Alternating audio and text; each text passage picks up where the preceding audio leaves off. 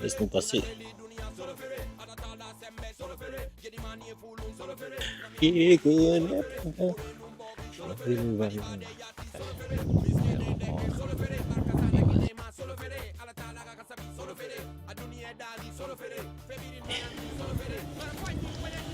Et la place qui est là, c'est notre tribunal. Et c'est l'esprit qui est l'intermédiaire entre la personne et Dieu. Le Dieu. Donc les arbres très importants chez nous, car la racine est utilisée pour faire une porte, des bancs pour s'asseoir, des fenêtres ou bien des cercueils. Son tronc est utilisé pour une pirogue à rame, des pirogues sans moteur. Mais aussi le fromager sert de repère, vu sa taille, donc de très loin, en voyant des fromagers, tu pourras s'orienter. Ils sont toujours à l'intérieur des villages. Vous ne verrez jamais des fromagers en pleine forêt, sinon il y avait des habitations auparavant. Son vrai nom, ce n'est pas le fromager, c'est le capotier. Capotier. Ils l'ont dit capot. Et dans votre langue, c'est comment? Boussana. Goussana. Boussana, ça signifie la pirogue, Ok. car son tronc est utilisé aussi pour une pirogue arabe. Ça, c'est en quel Wolof ou en Diola? En Diola, ok. En Wolof, on l'appelle le benteñi. Benteñi. Benteñi. Le benteñi. Donc, le ce bon, nom fromager... C'est du soussou, ça. Oui. On dirait du soussou, ça. Ah, ok. Donc, ce nom fromager vient de la forme âgée de l'arbre. Que les premiers touristes l'appelaient lorsque donc, vu sa taille, donc la première de leurs questions, d'abord, c'était l'âge de ces arbres qui sont là. La population a du mal à donner l'âge exact, Bonsoir. car nos parents n'écrivaient pas. Mais quand même, pour dater une chose, ils prenaient les événements passés. D'après leurs explications, ce sont des arbres qui ont 7 à 8 siècles d'existence. Il y a d'autres qui vous diront plus loin. Et vu l'âge de ces arbres et la forme des racines, ils l'appelaient l'arbre à la forme âgée. Donc fromager, c'est une déformation de mot. Ah, fromager, la fromager, c'est fromager. Et il a souvent des épines, si vous approchez un peu. Donc pour se protéger souvent contre les animaux qui viennent se frotter à côté. Ces racines ne sont pas tellement profondes. Elles poussent de hauteur et de longueur surtout.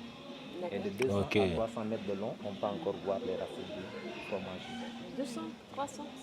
Donc tu coupes une partie de ces racines aussi, quelques années plus tard, cette cicatrice se repère. Donc il a souvent aussi des épines. Souvent quand la racine est jeune, elle a des épines. Quand elle devient adulte, il perd ses épines et quand elle est vieille, elle reprend ses épines. Surtout. Donc, et de hauteur, la racine peut aller jusqu'à plus de 3 mètres de hauteur. Donc, tout ça, ce sont ces racines. Et là, il y a les épines. Il y a des épines qui sont là. Ici. Donc, ce sont des arbres, ces 3 qui sont là, on ne peut pas les couper. Car ce sont des fromagers sacrés, les 3 qui sont là. Mais les autres fromagers, on peut les couper. Mais aujourd'hui, il y a la protection de la nature, donc avec l'environnement, les eaux et forêts qui sont là. Donc, ils protègent un peu la nature. Ce qui fait que pour couper même un manguier qui est chez toi, que tu as planté, il faut demander l'autorisation. Et la place qui est là, c'est notre tribunal. Okay. C'est la place publique du village. Ici, on n'a pas de gendarmerie ni de police. Tous les problèmes très sérieux du village sont réglés internes, avec la présence du roi aussi. Vous êtes dans un royaume. D'accord. Dans chaque village traditionnel, il y a un roi indépendant de l'autre. Il n'y a pas un roi chef de l'autre. Et c'est le roi qui a le premier et le dernier mot lui revient toujours. Donc en cas de problème, il se prononce, le problème aussi s'arrête là. Lève la main. Oui, mais si le roi n'écoute pas la majorité. non, le plus souvent, d'abord, le roi, il écoute les gens. Chacun va donner son opinion. Les sages vont rester à côté. Après consensus avec les sages, donc c'est lui qui va donner le verdict. Il se prononce, le problème aussi s'arrête là. Il n'y a pas tu as tort ou bien tu as raison, donc on ne cherche pas. Donc on clôture le débat et chacun va faire son travail. Et ça reste là. On se pardonne. Oui, allez. Et ici, le roi hérite. Donc, chez nous, on n'a pas de famille royale. Oui. Le roi, son fils direct ne pourra jamais hériter. Et ses petits-petits-fils. Parce que ça doit tourner entre les 4 familles. Ce qui fait qu'avant que ça revienne dans la même famille, ça peut durer 5, 6, jusqu'à 7 générations. Ça peut durer des siècles. Donc ça revient. C'est pour cela chez nous, le roi, son fils direct, même des fois ses petits-fils ne pourront jamais hériter. du roi jusqu'à ta mort. Et l'État sénégalais, il vous laisse prononcer des peines sans problème. Ici, même si aujourd'hui le président devait descendre ici dans ce petit village, le roi du Nord, le président ne va pas descendre. Ah ouais, Donc ici, dans ce petit village, le président du Sénégal. le président du Sénégal, il dit qu'il va venir à Moulom, le roi du Nord. Il ne va pas venir. Donc vous ne votez pas ici. Non, non. Ici, on vote pour le président, Ouais. mais à ce qui concerne le royaume, donc d'abord, la tradition est au priorité de tout. Waouh. Donc le roi est considéré ici comme le président. Donc aujourd'hui, si tu veux regrouper la population, il suffit d'aller chez le roi. Donc il appelle, tout le monde vient. Donc ici, les gens n'aiment pas surtout ce qui est beaucoup de la politique. Donc parce que le Diola, il considère la politique comme quelque chose de mensonge. Vous êtes combien à vivre dans le village? Donc quand on vous dit le village de Moulom, on est à peu près dans les 2000 à 3000 habitants. Mais si on vous dit la commune de Moulom, on est dans les 11 000 à 12 000 habitants. Donc la commune va de Djuromé jusqu'à Elon. Le village, le royaume de Moulom, c'est 5 grands villages donc, de la commune qui regroupent le royaume de Moulom. Le village de Moulom. Le royaume de Molom. Oui, c'est un royaume aussi. C'est le village de Moulom qu'on appelle aussi. Donc c'est 5 grands villages. Et vous devez vous marier avec quelqu'un de Molom? Pour le mariage, la personne est libre. Ah, la personne, elle Donc peut se ici, marier avec quelqu'un. n'importe quelle personne qui habite même au paradis, s'il veut. Tu veux que c'est difficile? Elle, je sais pas, elle cherche ton Sénégalais. Faut lui trouver un Sénégalais. Donc ici, pour le mariage, donc, ce ne sont pas les parents qui vont choisir la personne. Oui, c'est toi qui vas décider qui sera ta femme. Après consensus, vous venez, vous parlez à la famille. Donc si c'est une femme, l'homme doit payer la dot de la femme aussi. La dot en milieu de là, c'est le prochain. Il a 44 ans. Ah, c'est un jeune. Il a combien de femmes? Il a pour le moment une femme. Normalement, il a la possibilité de prendre une deuxième s'il le désire. Et même plus, non? Non, chez nous. Chez vous, c'est deux? Oui, deux femmes seulement. Normalement, la deuxième qui sera la reine. Pourquoi? Parce que là-bas, il doit prendre une deuxième et il y aura des familles là où il doit prendre la reine. Ce n'est pas n'importe quelle famille. Okay. Il a d'abord une femme avant d'être roi. Et après l'intronisation, il a la possibilité de prendre une deuxième et il y aura des familles là où il doit. Deux, c'est pas beaucoup hein, pour un roi. Mon grand-père, il avait 8. c'est Il n'était pas roi. Oui, c'est toujours la deuxième La deuxième, femme. oui, Ah, doit ouais, d'accord. appartenir à une C'est, famille aussi. Donc là, vous avez le fétiche qui est là. Mais ça, c'est une représentation. Ah, ok. Donc tous les objets qui sont là, ce sont que des représentations du village. Mais après, vous les trouvez sinon- à l'intérieur du village. Le premier fétiche en milieu Diola.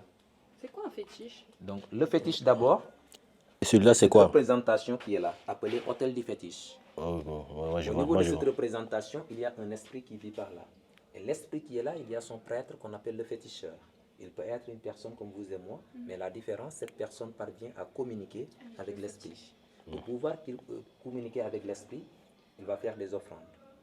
L'offrande, c'est quoi? Soit il utilise le sang d'un animal, ou bien le vin de palme. Il va verser. Donc il communique avec l'esprit, et l'esprit à son tour, c'est lui qui transmet le message au niveau de Dieu. Et c'est l'esprit qui est l'intermédiaire entre la personne et Dieu. Le Dieu en Diola est appelé Ata Emit. Cela veut dire le propriétaire de l'univers, et c'est le Dieu universel. Que le chrétien croit, que le musulman aussi croit, l'animiste aussi croit. Ouais, chez nous, on dit Marigi. Marie-Dieu. Marigi, mais il y a plusieurs noms. Il y a Gandera, Kikeren. C'est voilà. comme ici. Voilà. Ici, ce fétiche qui est là, Mais on peut, on dit Geno. Guéno, ok. Là, ça s'appelle Kuhulum. Ok. Donc Kuhulum, cela veut dire l'hôtel des morts. Chez nous, s'il y a une personne qui est décédée, donc on amène quelques de ses biens. Par exemple ici, sa valise, les objets qu'il utilisait, donc on le déposera à côté. On dira le 6e ou le 7e jour, le mort revient prendre ses biens. Ce n'est pas la personne physiquement, c'est son âme qui revient prendre les biens déposés. Chez le Diola, donc, il croit à la réincarnation. La réincarnation, ce n'est pas au niveau de bêtes ni d'arbres, plutôt au niveau des naissances qui reviennent vivre dans les familles. Donc chez le Diola, le mort n'est jamais. Chez les Africains en général, les peuples. On dit souvent quand il y a un enfant qui naît, ah, regarde, il ressemble à... C'est quelqu'un qui est revenu. C'est ça. Donc ces photos qui sont là, c'est l'œuvre de ces objets représentés ici. Ces photos permettront de faire les expositions dans les universités, les lycées ou bien s'il y a des festivals. On ne peut pas déplacer les bagages, souvent on déplace. Ah, c'est qui lui t'a dit ah, mais c'est toi ça, non? Ça c'est moi, oui. Ah, donc toi, t'es initié, toi. Ouais. Ouais. Donc normalement, cette photo devait être de l'autre côté. Ok. Je l'ai enlevée. Ah oui, la classe. Ouais. Et puis il fait frais ici, hein? Oui, ça ce sont des matériaux de guerre. On va les expliquer de l'autre côté. Là, ce sont des canaries. C'est de la terre cuite. L'argile trouvée au niveau de la mangrove. Ce n'est pas le même argile pour la construction des maisons. Ça, c'est de la terre cuite. C'est la marmite utilisée pour faire la sauce. De l'autre côté, ça garde l'eau tout fraîche pour boire. Des armes de guerre utilisées auparavant. Le Diola n'avait pas des armes les plus sophistiquées. Ce fusil qui est là, c'est le colon qui a laissé ça ici. Aujourd'hui utilisé s'il y a des cérémonies traditionnelles pour alerter la population. Donc, cette lance qui est là, il l'utilise s'il y a un homme marié qui est décédé. Pour le rendre hommage, il y aura des danses, des funérailles. Seul un homme marié, si tu n'es pas marié, il n'y aura pas de danse pour toi. Ça, ce sont des arcs. Cette arme qui est là, on l'appelle casse-tête. C'est la racine de la mangrove. Lors des guerres tribales, tu reçois un coup avec ça, ça y est. C'est fini. On ne parlera plus de toi. La carapace d'un tortue de mer, utilisée comme bouclier, oui. En fait, la guerre contre qui? Entre l'époque, villages, entre villages. donc les villages se battaient entre eux. Ok. À cause des forêts, des rizières ou bien des limites entre villages surtout. D'accord. Ici. Donc là, comme bouclier, la carapace d'un tortue de mer. La peau de l'hippopotame, au niveau ventral, utilisée aussi comme bouclier. Auparavant, il y avait beaucoup d'hippopotames ici. Aujourd'hui, non, surtout à cause de la remontée de l'eau salée. Ok. Mais aussi le Diola, vous pouvez toucher. Hein? Le Diola, il détestait la peau de l'hippopotame. Le Diola, il détestait carrément l'hippopotame, car les hippopotames ravageaient leurs récoltes. Et les gens les chassaient aussi. Là, un autre fétiche, le fétiche pour se confesser. L'animiste aussi, il se confesse comme le chrétien devant le prêtre. Et ici, il y a beaucoup de choses qui sont interdites. Par exemple, vous êtes dans un village où un homme animiste n'entre pas dans une maternité. Chez nous, la maternité, c'est pour les femmes. Une fille aussi qui n'a pas encore eu d'enfant n'a pas aussi le droit d'y accéder à la maternité, celle qu'elle est en état. Aujourd'hui, avec les études, la science, quand même, on a des docteurs qui sont des animistes, des sages-femmes ou bien des matrones. C'est leur travail au moins. La tradition leur permet de faire ces genres de travaux. Mais si un jour ils reviennent ici, la première des choses à se faire, c'est d'aller te confesser. Tu amènes le riz local, un tout petit peu, toi seul, avec l'esprit, il n'y a pas une autre personne. Tu vas dire tout ce que tu as fait, tu n'as pas le droit de faire, ou bien tout ce que tu as vu, tu n'as pas le droit de voir. Tu abandonnes le riz ici comme offrande, tu tournes le dos directement à la maison, sans parler à une personne, ni tourner le dos jusqu'à la maison, tu t'es déjà confessé. Pour te confesser quand même, on te conseillera de te lever très tôt, pour ne pas que surtout tu croises beaucoup. Ouais, je sais. Eh, on dit... Là, c'est pour le vin de palme. Pour monter le palmier, le récolteur, il utilise cette ceinture qui est là. Il détache là, bien accroché avec le palmier, il le tient, il est là, un pied après l'autre. Quand il monte, il a cette ciseau. Une fois en haut du palmier, il va saigner le régime du palmier. Seulement le régime qu'il touche, pas l'arbre. Il place ça comme ça et il pique. Cette partie blessée, il y a le liquide qui sort. C'est la sève du palmier qui est le vin de palme. Il va utiliser les entonnoirs. C'est les feuilles du palmier tressées. Il ferme la partie où il a blessé. Comme ça. Ce bâton qui est là, il fixe l'entonnoir. La sève qui coule comme ça, il place les bouteilles maintenant qui sont là. C'est la famille des calebasses, des coloquintes. Ces bouteilles ne sont plus utilisées car il y a l'oiseau appelé le calao qui les perçait comme ça pour boire le vin de palme et le reste est versé à terre. C'est pour cela aujourd'hui les bouteilles en plastique sont utilisées. Le vin de palme, je vous l'avais dit, on le récolte en haut, c'est pas encore alcoolisé. Et ça, c'est quelle matière, ça? C'est les calebasses, des coloquintes qui sont là. Vous pouvez toucher. Ok. Mais pas la calebasse comme on la voit là, celle qui est... Si, les calebasses, il y a beaucoup de ouais, c'est comme un sort de fruit. D'autres qui sont des plantes, d'autres des arbres. Ouais, j'en ai vu ça au village. Ici, des récipients utilisés pour boire le vin de palme. Une branche d'un arbre bien sculptée. Pour boire ici le vin de palme, il n'y a pas chacun à son verre. Pour faire santé, ching ching, kiling kandang, ce gobelet pour tout le monde, le verre de l'amitié. Donc ce seau est placé au milieu et les gens s'assoient tout autour. Vous faites ça encore? Jusqu'au moment où je vous parle. Okay. Donc pour boire, le plus âgé du groupe prend souvent le premier. Il remercie d'abord aux ancêtres en versant un peu à terre d'abord et il boit. Les autres prennent à leur tour. C'est le noix du palmier rogné percé avec ce bâton souvent bien décoré à côté. Et là c'est pour la pêche. Ah oui. Cette nasse qui est là, on le met au niveau sens contraire de l'eau, là où le courant passe. Ici. Le poisson qui suit le courant, il entre, ça y est, il est bloqué. Il ne pourra pas faire demi-tour. On ouvre derrière, on récupère le poisson. Des sacs à pêche qui sont là. On met le poisson et le panier est trempé dans l'eau. Le poisson restera toujours frais à l'heure que tu voudras rentrer surtout. Donc les baguettes pour les pirogues non motorisées des rames. Et de l'autre côté, un autre système de pêche. Une pêche groupée. Malheureusement, une pêche qui est en part de disparition. Des fois aussi, c'est un peu dangereuse. Donc les femmes qui l'utilisaient en marée basse, c'est comme ça. Tu coinces les poissons, donc tu plonges la main pour récupérer les poissons. Des fois, tu tombais sur des crabes ou bien des poissons qui avaient des épines aussi. Des fois. Là, des cordes pressées souvent par les femmes à base des feuilles du palmier. Ici. Pour attacher la paille, le bois, même les animaux auparavant. Ici, des symboles de recherche. La recherche en milieu Diola ne se définissait pas par l'argent. C'était les animaux, le riz, la terre, autres choses différentes de l'argent. Et surtout, les gens vivaient avec le troc, l'échange. Tu avais des bétails, tu m'as donné, je te donnais du riz ou bien autre chose. Et s'il y avait des cérémonies traditionnelles, vous allez voir des personnes qui se montraient très très riches. À quoi servait tout ça? C'était une manière de faire la publicité. Ce symbole qui est là représentait le riz. Tu l'avais sur la tête ou bien au niveau de ton cou, les gens savaient que tu avais beaucoup de riz. Tu pouvais faire l'échange facilement avec celles qui avaient beaucoup de bétail. Aujourd'hui, à cause de l'argent, le troc est en part de disparition, surtout. Et cette flûte qui est là, c'est notre système d'alerte, une manière de se communiquer pour passer des messages. S'il y a des cérémonies traditionnelles, quelqu'un qui est perdu en mer ou bien en brousse, on l'utilise pour alerter à la population, il y a quelque chose qui se passe dans le village. À l'intérieur, on devait mettre un liquide appelé la myrrhe, le tulukuna en wolof, qui permettait de nourrir le bois, mais aussi d'amplifier plus le son. Le son pouvait partir de très très loin, 2 à 3 km. Je ne peux pas le mettre aujourd'hui pour ne pas déranger la population. Donc, si. Mais il y a des codes. Quand on siffle, les gens sauront s'il s'agit d'un bonheur ou bien d'un malheur, surtout.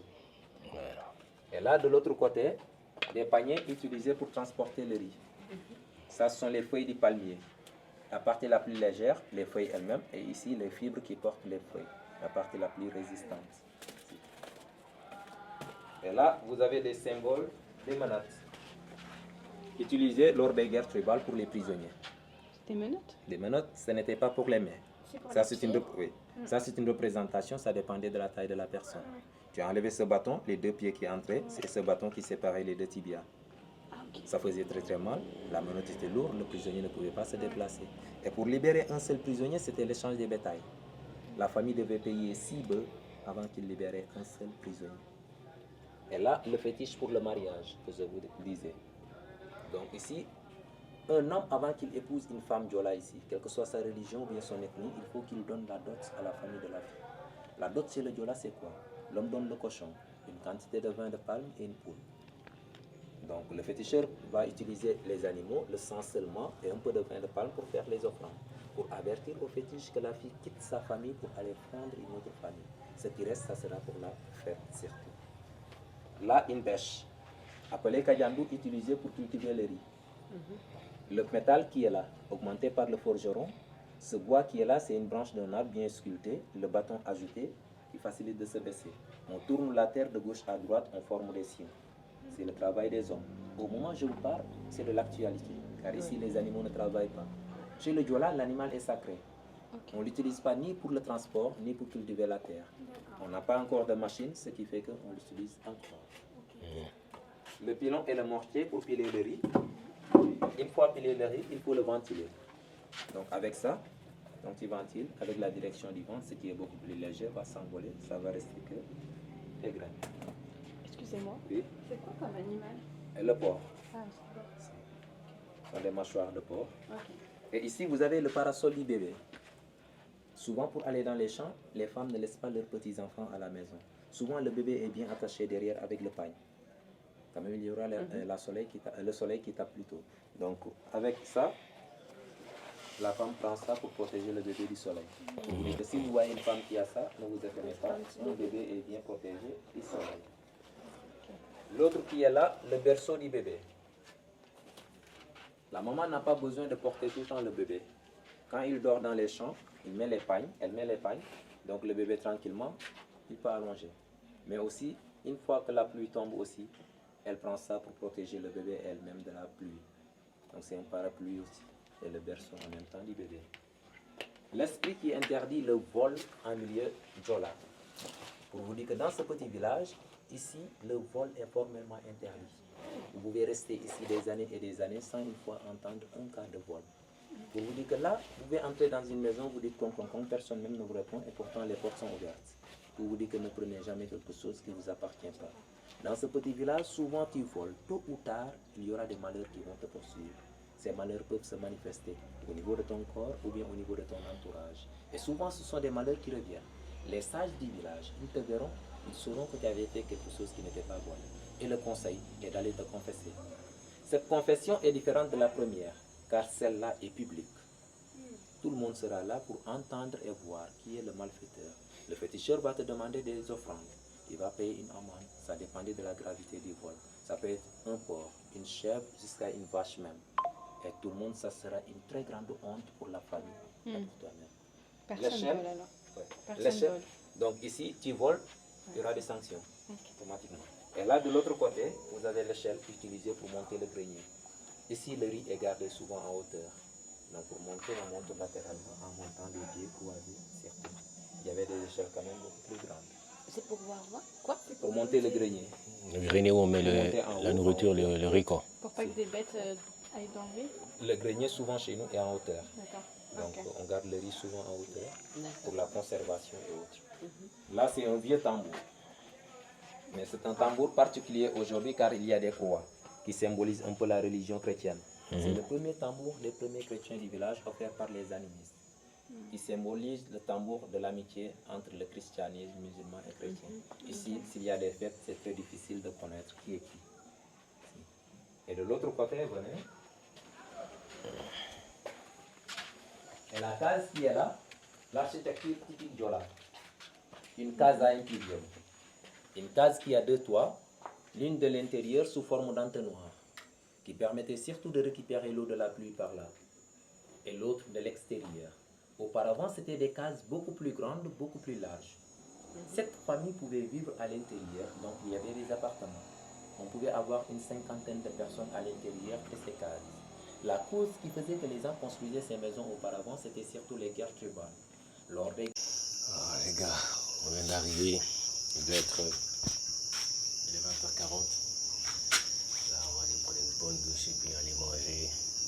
C'est ma dernière nuit ici. Demain, je décale. Mon vol il est à 18h. Donc, on va dire c'est ma dernière. Donc, après, en plus, aujourd'hui, pas beaucoup dormi. Bah, je vais aller quand même profiter de mon, vous savez, mon rituel le soir, quoi. Aller se poser à la plage, écouter de la bonne musique et tout, voilà. Donc profiter de cette nuit-là, dernière nuit-là, parce qu'après, retour à l'enfer, sur l'enfer de Dakar. Bon, allez les gars, on doit aller prendre sa douche et c'est tout, quoi. C'est une très très belle journée. C'est ça, c'est ce que la Casamance offre en fait. Chaque sortie, bah tu t'es émerveillé, c'est merveilleux. Faut le vivre, comme je dis, je montre. Voilà, juste montrer et tout, pour que voilà, si vous un jour, peut-être ça va vous venir, mais si vous expérimentez-le en fait. J'aurais beau vous dire, ouais, non, les images et tout, ça ne reflète pas, il faut le vivre en fait, parce que les émotions que vous voyez, les trucs, parfois vous croyez que vous êtes dans des films quoi. Allez les gars, ciao.